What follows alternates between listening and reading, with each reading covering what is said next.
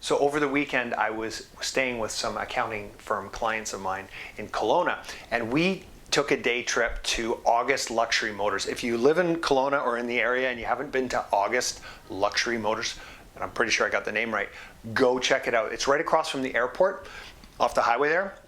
It's incredible. They've got Lamborghinis, McLarens, they've got cars I've never even heard of before. And like the nicest one was actually a Ford GT. I believe it's a Ford GT. It was 1.8 million. It was nuts. Okay, 1.8 million for a car. Now the interesting thing about these cars, and what I'm trying to get to here, is that these cars actually appreciate in value. They actually go up in value. So like the collectors that really know their luxury cars is they buy and sell them, and they actually, when they sell them, they make more money. It's not like the rest of us, because you know what happens when we go into a used car lot, or not a used car lot, if you've ever bought a brand new car, is you go in, you buy the car here, and that's the price on day one.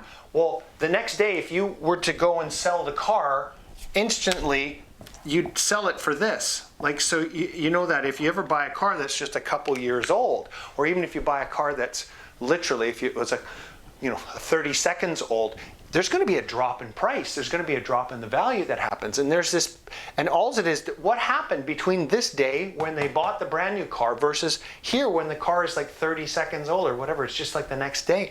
Where did this value drop in?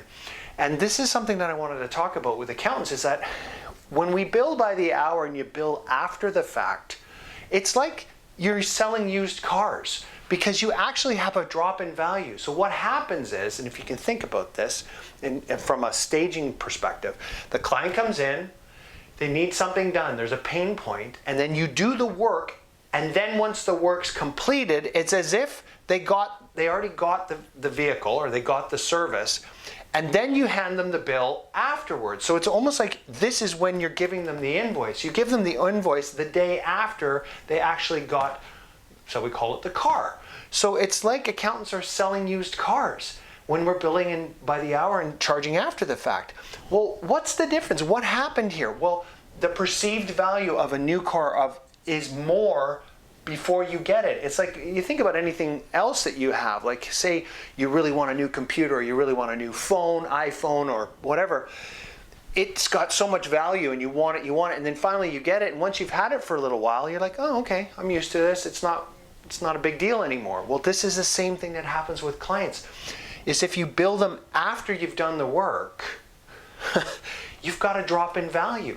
So in the accountant success formula model, we make sure that we price and capture the value ahead of time. We agree to a price ahead of time. So what you're doing is you're capturing this. This is the capturing of the price. So it's like a new car. You want to capture it there when their interest is highest, as opposed to doing the work and then letting it go lapse and then giving them an invoice after the fact.